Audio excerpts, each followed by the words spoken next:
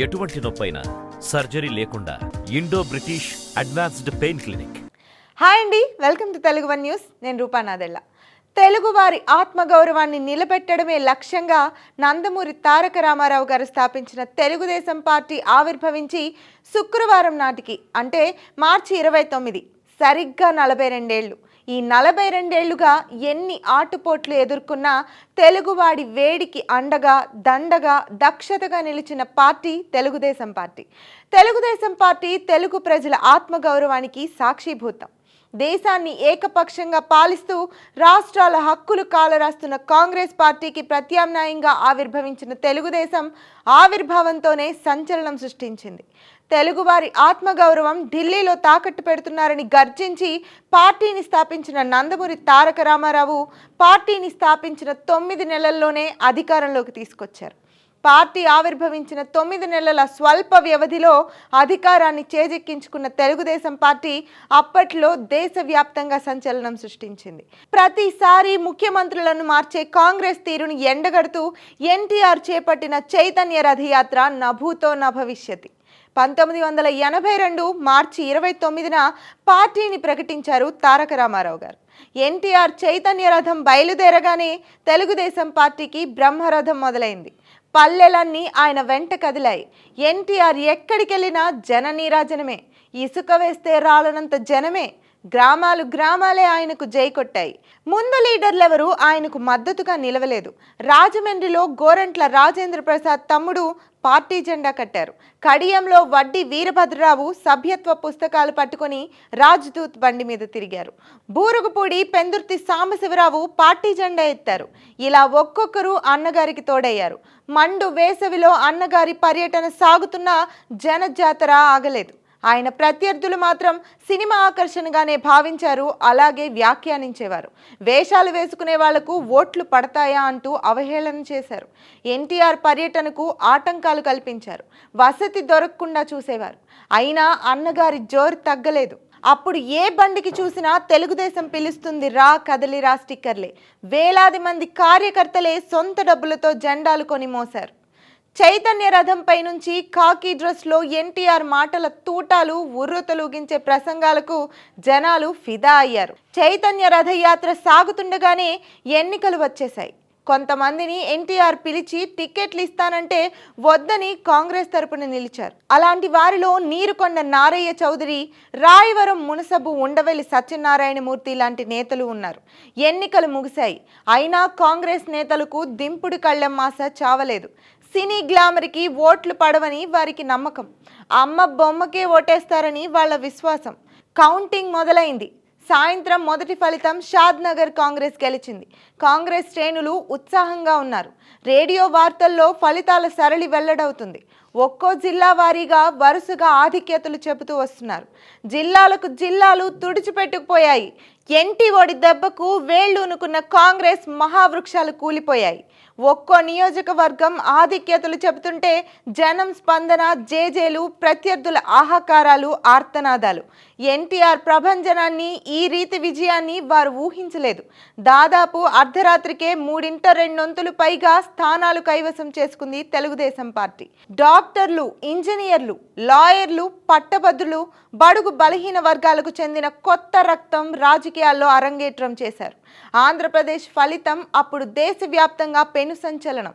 లెక్కింపు మొత్తం పూర్తయ్యేసరికి తెలుగుదేశం పార్టీ 202 స్థానాలు గెలుచుకొని ఘన విజయం సాధించింది. వేషాలు వేసుకునే వాడంటూ హేళన చేసిన ఢిల్లీ కాంగ్రెస్ పెద్దలు ఏపీ ఫలితాలు చూసి షాక్ అయ్యారు. 1983 జనవరి 9న ఆంధ్రప్రదేశ్లో తొలి కాంగ్రెసేతర ముఖ్యమంత్రిగా ప్రమాణ స్వీకారం చేశారు నందమూరి తారక రామారావు గారు. దీంతో తెలుగు రాజకీయాల్లో తెలుగుదేశం పార్టీతో నవశకం ప్రారంభమైంది. బడుగు బలహీన వర్గాల వేదిక అయింది. తెలుగువాడి ఆత్మగౌరవానికి, ఆత్మవిశ్వాసానికి ప్రతీక అయింది.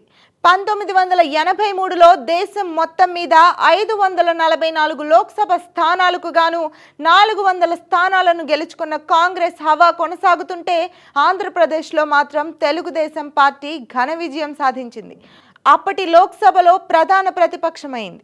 అధికారంలోకి వచ్చిన వెంటనే ప్రజాకర్షక పథకాలతో జనాల గుండెల్లో చోటు సంపాదించారు నందమూరి తారక రామారావు గారు. ఆయన ప్రవేశపెట్టిన కిలో బియ్యం ₹2 పథకం దేశానికి ఆదర్శంగా నిలిచింది. ఆయనను పేదవాడి అన్నం ముద్దగా మార్చింది. ఇప్పటికీ ప్రజలు ₹2 కిలో బియ్యం పథకం గురించి మాట్లాడుకుంటూ అన్నగారిని స్మరించుకుంటున్నారంటే ఆ పథకం ఎంతగా పాపులర్ అయ్యిందో ఊహించొచ్చు. పేదల కోసం కూడు గుడ్డ గూడు నినాదంతో పాలన సాగించారు ఎన్టీఆర్. వ్యక్తిత్వరీత్యా ఆవేశపరుడుగా కనిపించిన తన సంక్షేమ పాలనతో పేద ప్రజల గుండెల్లో చిరస్థాయిగా నిలిచిపోయారు అన్న ఎన్టీఆర్. మదరాసీయులుగా మాత్రమే గుర్తింపబడుతున్న తెలుగువారి ఆత్మగౌరవాన్ని ఉత్తేజపరిచి ప్రపంచానికి తెలుగువారి ఉనికిని చాటిన ధీశాలి నందమూరి తారక రామారావు. రాజకీయ సన్యాసిగా కాషాయ వస్త్రధారణ చేసిన ₹1 మాత్రమే ప్రభుత్వం నుంచి ముఖ్యమంత్రి భృతిగా స్వీకరించినా అది కేవలం ఎన్టీఆర్కు మాత్రమే చెల్లింది. నాదెండ్ల భాస్కర్ రావు 1983 ఆగస్టులో దొడ్డిదారిన ఎన్టీఆర్ పదవిని ఇందిరాగాంధీ సాయంతో లాక్కున్నారు. ఆరోగ్య కారణాలతో అమెరికా వెళ్లి తిరిగి వచ్చిన ఎన్టీఆర్ తీవ్ర ఆగ్రహంతో తన ఎమ్మెల్యేలతో ఢిల్లీలో నిరసన తెలిపారు. తెలుగువారి పౌరుషాన్ని చూపించారు. ఎన్టీఆర్ పోరాటంతో చేసేది లేక ఇందిరాగాంధీ తిరిగి ఎన్టీఆర్ను ముఖ్యమంత్రిగా చేశారు. కానీ ఎన్టీఆర్ 1984లో మధ్యంతర ఎన్నికలకు వెళ్లి 200 పైగా అసెంబ్లీ సీట్లు సాధించి తన సత్తా ఏంటో ఇందిరాగాంధీకి మరోసారి చూపారు. రెండవసారి ముఖ్యమంత్రిగా ప్రమాణ స్వీకారం చేశారు. 1989లో జరిగిన ఎన్నికల్లో ఓడిపోయి తెలుగుదేశం పార్టీ అధికారం కోల్పోయింది. అయినా కృంగిపోకుండా దేశ రాజకీయాల్లో చక్రం తిప్పారు ఎన్టీ రామారావు.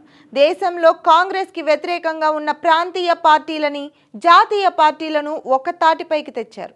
జాతీయ స్థాయిలో కాంగ్రెస్ ప్రత్యామ్నాయంగా నేషనల్ ఫ్రంట్ కూటమిని స్థాపించారు. కేంద్రంలో అధికారాన్ని కైవసం చేసుకుని విపి సింగ్ని ప్రధానిని చేశారు.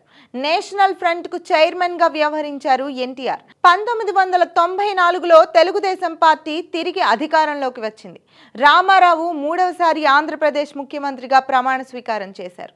అయితే రామారావు భారీగా వచ్చిన లక్ష్మీ పార్వతి పాలనా వ్యవహారాలలో రాజ్యాంగేతర శక్తిగా కలుగు చేసుకుంటుందనే ఆరోపణలతో 1995లో అప్పటి రెవెన్యూ మంత్రి అయిన నారా చంద్రబాబు నాయుడు నాయకత్వంలో పార్టీని రక్షించుకునే లక్ష్యంతో తిరుగుబాటు చేశారు.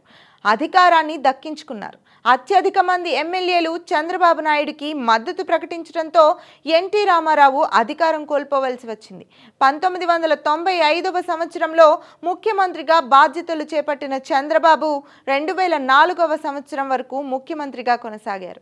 అత్యధిక కాలం ఆంధ్రప్రదేశ్ ముఖ్యమంత్రిగా పనిచేసిన రాజకీయ నాయకునిగా చరిత్ర సృష్టించాడు. తన పాలనలో హైదరాబాద్ను ఐటీ హబ్గా మార్చారు చంద్రబాబు. హైదరాబాద్ను ప్రపంచ పట్టణంలో పెట్టారు. సైబరాబాద్ నగరాన్నే నిర్మించారు. స్వర్ణాంధ్రప్రదేశ్ లక్ష్యంగా చంద్రబాబు చేసిన పాలన దేశ రాజకీయాల్లో చర్చగా మారింది. తన 9 ఏండ్ల పాలనలో హైదరాబాద్ రూపురేఖలే మార్చేశారు చంద్రబాబు. 1999లో 29 ఎంపీ స్థానాలు గెలిచిన తెలుగుదేశం పార్టీ పార్లమెంట్లో 4వ అతిపెద్ద పార్టీగా నిలిచింది. 1995 నుంచి 2004 వరకు ఉమ్మడి ఆంధ్రప్రదేశ్ అభివృద్ధిలో పరుగులు తీసింది. చంద్రబాబు విజన్ అన్ని రాష్ట్రాలకు రోల్ మోడల్గా నిలిచింది. చంద్రబాబు దార్శనికత ముందు చూపుతో తీసుకున్న నిర్ణయాలే ప్రస్తుతం తెలంగాణ రాష్ట్రానికి ఆయువు పట్టుగా మారాయి. చంద్రబాబు విజన్ వల్లే తెలంగాణ ప్రస్తుతం ధనిక రాష్ట్రంగా నిలిచిందని ఆర్థిక నిపుణులు చెబుతున్నారు. రాష్ట్ర విభజన తరువాత 2014లో జరిగిన ఎన్నికలలో తెలుగుదేశం విజయం సాధించింది. విభజిత ఆంధ్రప్రదేశ్ తొలి ముఖ్యమంత్రిగా చంద్రబాబు తన విజన్తో రాజధాని సైతం లేకుండా రెవెన్యూ లోటుతో మిగిలిన రాష్ట్రాన్ని అభివృద్ధిలో పరుగులు పెట్టించారు. ప్రపంచ దేశాలే నివ్వెరపడే విధంగా ఆంధ్రప్రదేశ్ రాజధానిగా అమరావతికి అంకురార్పణ చేశారు. గతంలో ఎన్నడూ లేని విధంగా రాజధాని కోసం రైతులు స్వచ్ఛందంగా భూమి ఇచ్చారు. భూ సమీకరణ ద్వారా పైసా ఖర్చు లేకుండా రైతులు తమ భూములను ఇవ్వడానికి ముందుకు వచ్చారు. ప్రధాని మోడీ అమరావతి నిర్మాణానికి శంకుస్థాపన చేశారు. ఢిల్లీ అసూయపడేలా అమరావతి నిర్మాణం సాగాలని ఆశీర్వదించారు. కియా మోటార్స్ వంటి కంపెనీలు రాష్ట్రానికి క్యూ కట్టాయి.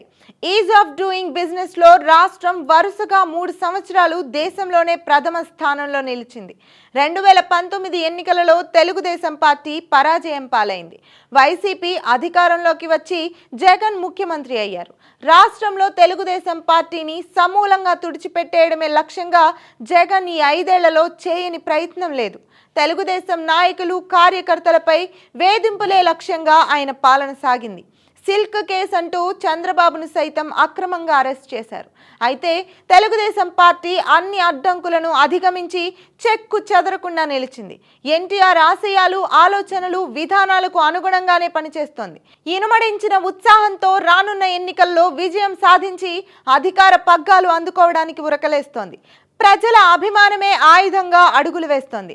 తెలుగుదేశం పార్టీ 42వ ఆవిర్భావ దినోత్సవం సందర్భంగా తెలుగుదేశం పార్టీ నేతలు తమ పార్టీ సుదీర్ఘ ప్రస్థానాన్ని, చేసిన పోరాటాలను మననం చేసుకుంటూ స్ఫూర్తితో రాబోయే ఎన్నికలలో విజయం సాధించి మరోసారి తమ సత్తా చాటేందుకు సిద్ధమవుతోంది.